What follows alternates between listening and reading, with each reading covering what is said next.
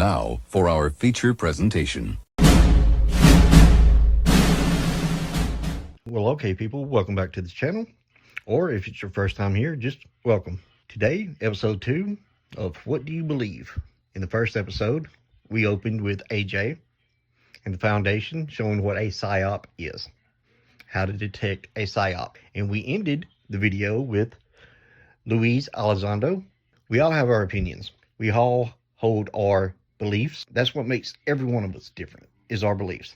And I'm not here to change anybody's beliefs. I have my own. What influences us in our decisions to believe what we believe, whether it's religion or politics or morality, there's an endless amount of things that can influence you to form and mold your beliefs. People, family, friends in your inner circle, whatever the case is. I say that to say this. We ended with Luis Elizondo, and today I'm introducing Dr. Stephen Greer into the video. And by me doing that, you're going to be introduced to two separate mindsets on this topic.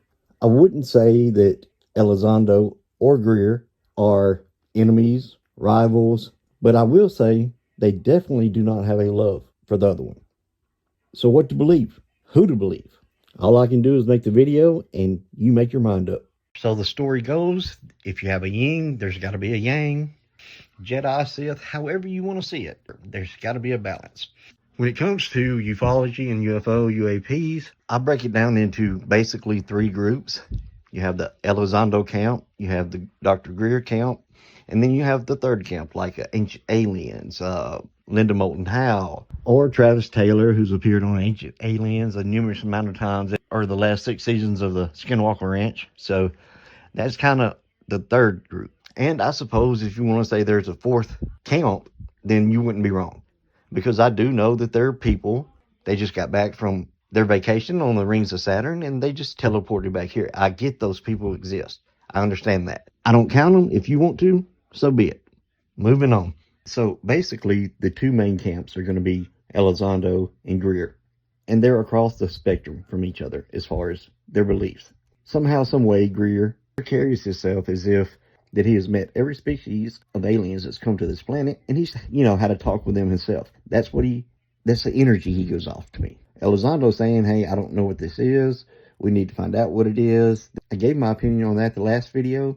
People that use the language of threats, or it's a threat to our national security and our airspace, that we can't keep these things out of our airspace, and that consists of a threat. Okay.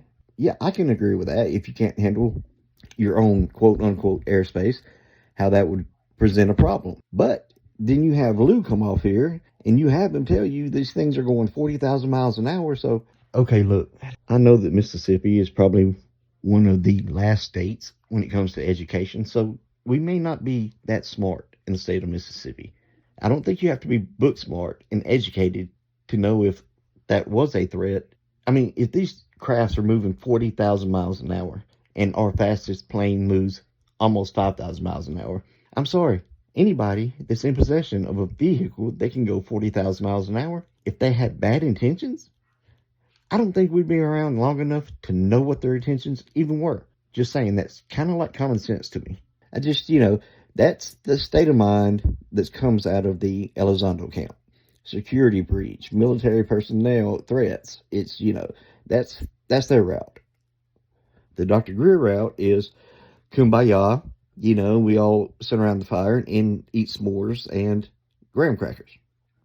However, there's a lot of things that Greer says that he has absolutely zero proof of. But a lot of things that he says, I actually agree with. Has provided. The United States' most trusted military servicemen and women and irrefutable data from our intelligence collection systems have been observing UAP for decades. The first observable is hypersonic velocity. Our current fastest aircraft can go roughly 4,600 miles per hour. However, the UAP we are observing are traveling at 40,000 miles per hour and sometimes faster.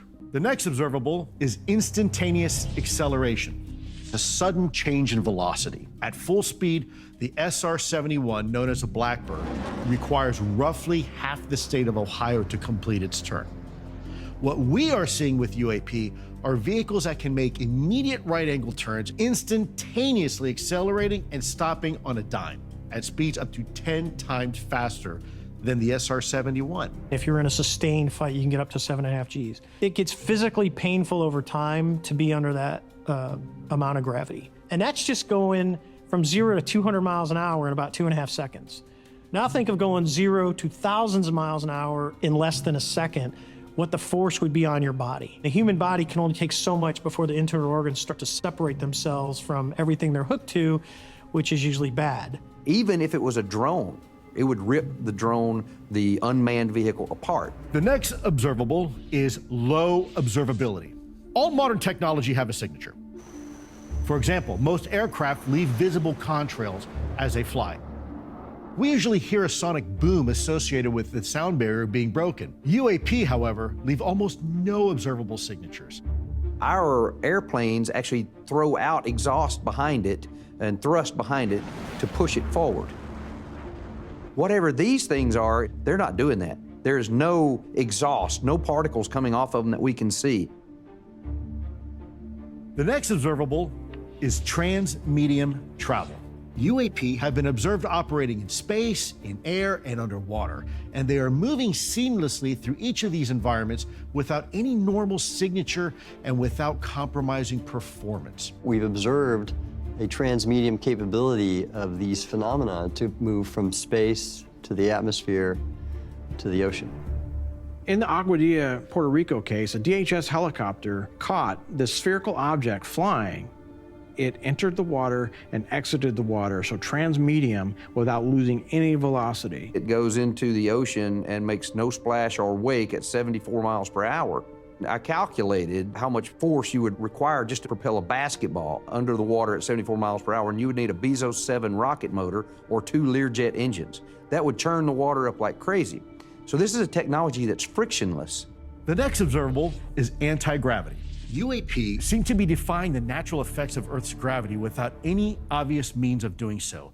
No signs of propulsion or lift, meaning no wings, no control surfaces or ability to maneuver. The observed UAP capability exceeds that of even the most advanced human technologies that are developed in classified black programs. From our exposure, I mean, there's nothing we have that comes close. There's actually a sixth observable, which is not a flight characteristic. So what Lou is talking about here is a recently added observable. Lou has been saying that these have had 5 observables from day one. This 6th one has just been added here recently, but it's one that I've always had a question about, because if these crash and retrieve teams existed and we were recovering exotic materials or ships, how would that not make us sick? I've never heard people talk about that other than maybe a few abduction cases. So I've always wondered, would it affect us? And the answer we're fixing to get, Jesus, is sad. Makes me sorry for asking the question. That is not. The only way you're going to get to it is somebody at that executive level that says enough is enough, cut the money off, bring these people in, let's go. This is not to be talked about any further. And if you do, something can happen. All we need is one to be accurate. And this whole concept of UFO crash retrieval non-existing completely falls apart. Everybody wants to be in there. Can you give any kind of sneak peek of what that's like? That organization has had the ability since the 60s to hit a button and simulate an alien attack on the planet using these technologies. Serious questions tonight amid a growing number of drone sightings. How do you set up a believable false flag and operations that looks like it's alien when it isn't? So when it happens, they're not shocked, they're not stunned. They can say, oh, we knew this was going to happen. Which is potentially the most dangerous, where they're talking about quote unquote catastrophic disclosure. They put it into secrecy, they deny, and then they shut the people up. And the president doesn't know about. That is an existential threat to humanity.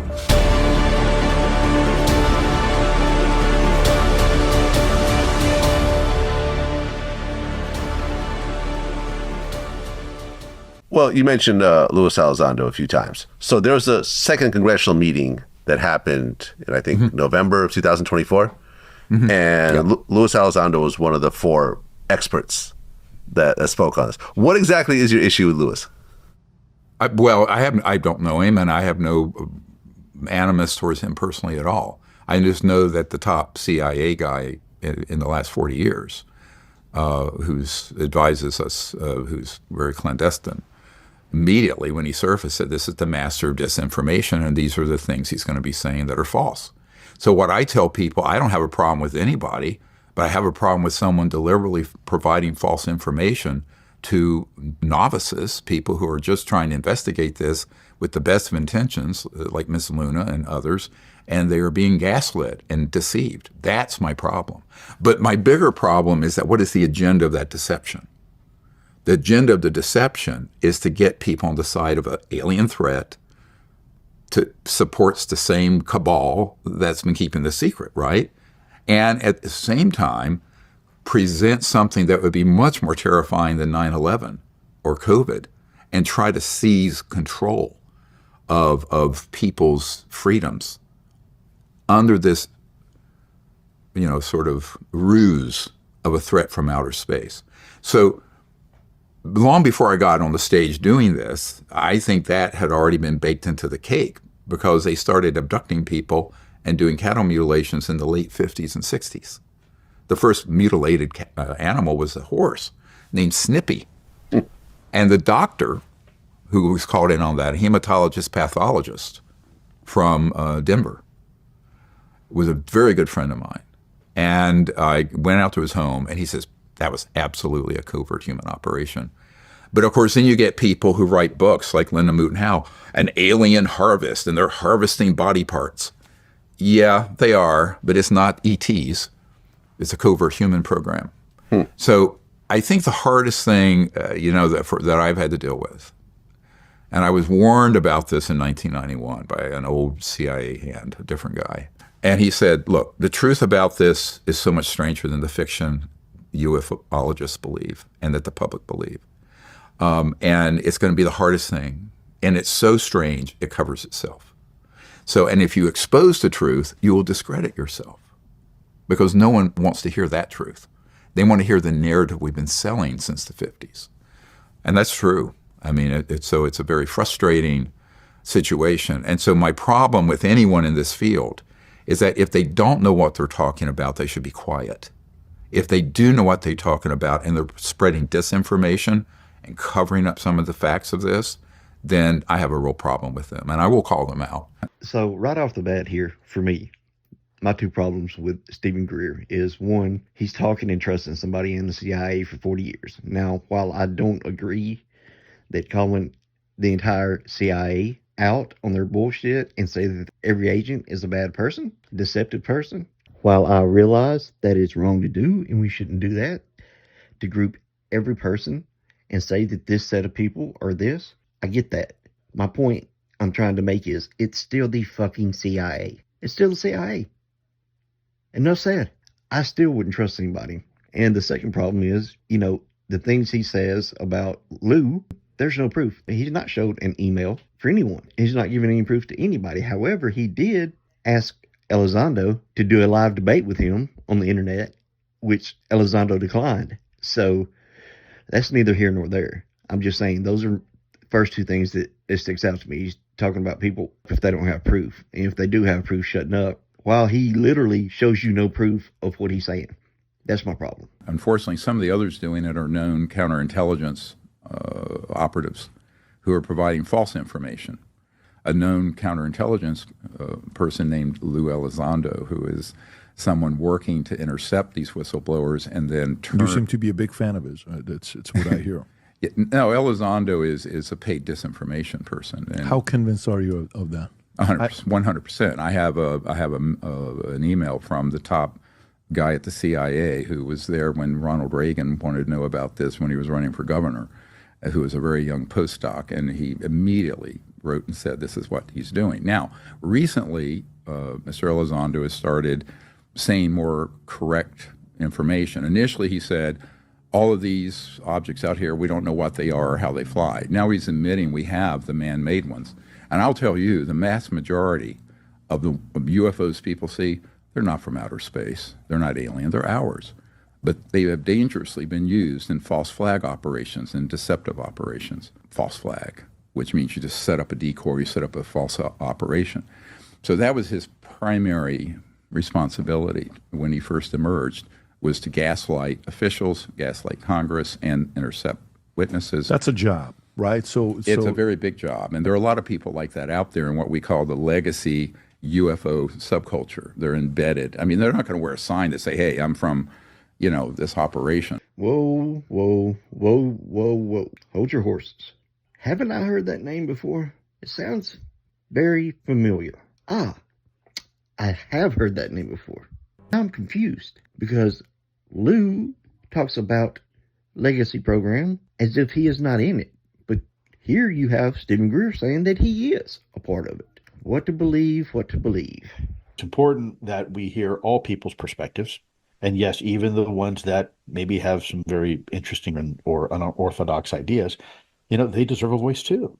But what we don't do is have a right to drown other people out. And I look at people's behavior. I've had people tell me, one person there was one individual that was really from day one attacking me, who never met me, had no idea, and it was just telling lies about me.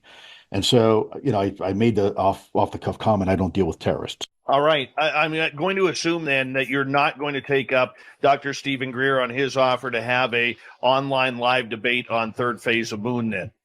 Who's Greer? There you go. I'm kidding. Look, I don't negotiate with terrorists, bottom line. It wasn't that I was accusing the person of being a terrorist. It was simply, look, like we have the U.S. policy. I don't respond to intimidation, right?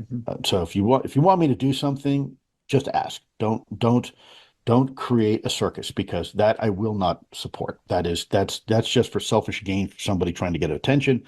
And of course, I say something like that and people take it out of context and they will use those type of words as weapons because they haven't looked into, other than an inch deep, what we're trying to say, what we're trying to communicate here. And so this happens a lot of times in this topic with other individuals as well. Somebody says, I don't like chocolate ice cream. And then someone comes out with a post saying, Lou Elizondo hates ice cream. Well, no, that's not what I said. I don't prefer chocolate ice cream. So, and I'm sure in the media, you as a reporter probably face the same thing sometimes. I'm sure that sometimes when you're writing an article, you get a little email that someone says, well, I didn't agree with this, or I didn't appreciate that. Well, I can respect that. You don't have to agree with it. But as far as appreciating it, the motivation, don't assign false motivations to something. And so that's a challenge we have right now in this conversation, because everybody, I think, I shouldn't say everybody, forgive me. Let me clarify. A lot of people see an opportunity to exploit this conversation for whatever personal or private purpose they want or have.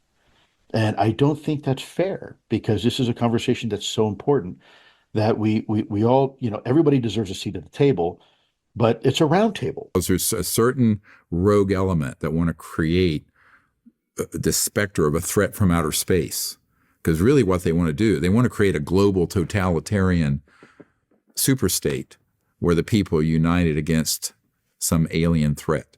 And that is the big, super big picture that people need to understand.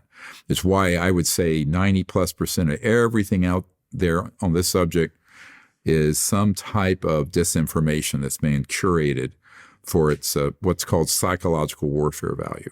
Psychological Strategy Board of the CIA, the psychological warfare value of the UFO subject. And then there's a colleague of mine, Dr. Jacques Vallée, who was sort of like his work became the sort of inspiration for the movie Close Encounters of the Third Kind that Steven Spielberg did. And he won't release this because I think he's been threatened, but it's a CIA document from 1985 where it describes the CIA conducting alien abductions in Brazil and Argentina on poor people in remote areas using man-made UFOs that are these anti-grav devices to advance this agenda of fear.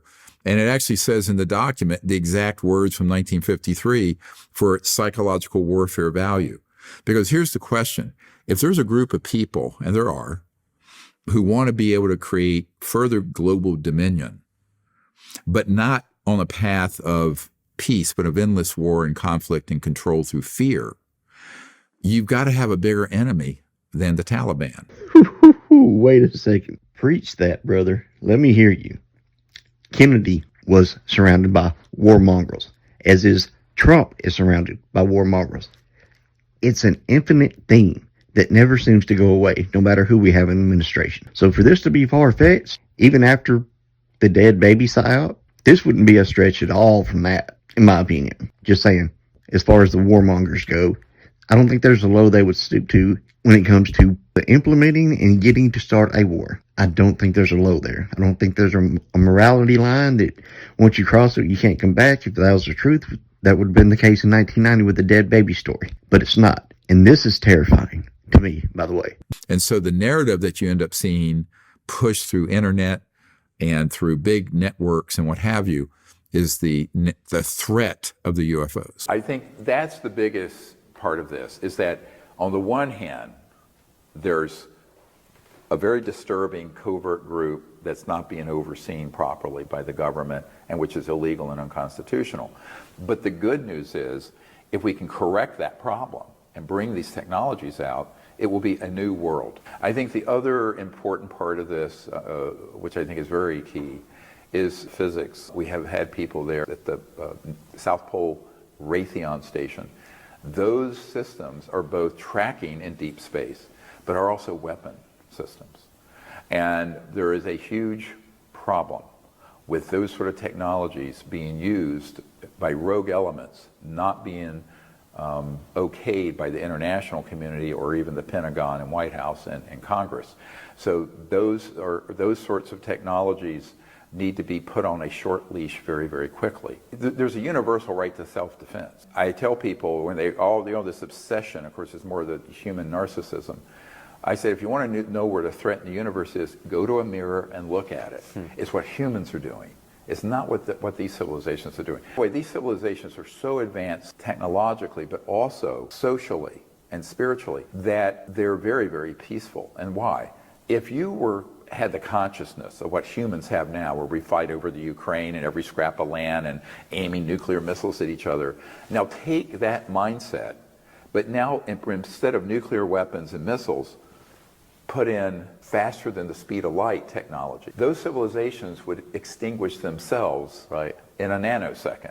So I think part of this, we need some scientific literacy so we get out of this sort of mythology of the War of the Worlds nonsense. To me, that makes a lot of sense. So that's another point that I agree with when it comes to Dr. Greer. Tonight we continue our series looking at unidentified, anomalous, say that easy, phenomena, what many people still call UFOs, UAPs. Last week we spoke with the director of the Age of Disclosure. It's a new documentary out about a suspected government cover-up over UAPs for decades, which debuts tonight in select theaters around the country, is also available on Prime Video. It's powerful. It features testimony from 34 former and current government officials, including witnesses who have testified before Congress. Earlier, we spoke with another whistleblower who is now a congressional task force member on the UAP subject. If you believe we have crashed craft, stated earlier, do we have the bodies of the pilots who piloted this craft? Biologics came with some of these recoveries, yeah. Were they, I guess, human or non-human biologics? Non-human. Well, let's get some insight into the UAP, or UFO, it used to be called, controversy, and what Congress is trying to do about it. Joining us now, retired Air Force Major David Grush, who has been a whistleblower on the subject of UFOs, UAPs, and government transparency. He's a special advisor now to the House UAP Task Force. Thanks for being here. Thank you for having me on, Brett. So since then, people say, where is the evidence? What's happening? Why don't we know more right now, almost 2 years later? Well, certainly the last administration didn't help, and my hearing, of course, was during the last administration, and they were not exactly super transparent on this issue, unfortunately. But now that the task force has been created, I've been able to, guide the members within the boundaries of what they're actually cleared for. When people look at this, they look online, they say, there's a lot out there. There's a lot of people talking about encounters. There's a lot of people talking about videos, and we've seen a lot of that. Can we just cut it down to, you believe that we have encountered alien beings and that they've come to Earth and that we know about it as a U.S. government? That seems to be the case. I don't like to characterize necessarily where they came from. They're definitely some kind of non-human sentience, but it is true, believe it or not, we've recovered the vehicles, and we actually have physical proof, and I was actually partially cleared into some of those activities. It was beyond oral testimony provided to me. I actually had partial access to the data and actually read the intelligence reports resulting from those programs. Like, and with your own eyes, Correct. you saw it. Yes. And so when people say this is kooky, this is out there, there's nothing to back it up. I don't speak for other parts of the government, but I can tell you NASA, which I speak for, is open and transparent with our data. Do you believe what Mr. David Grush said, or is he lying? Whatever he said, where's the evidence? What do you say? Certainly members of this current administration are very, very well aware of this reality.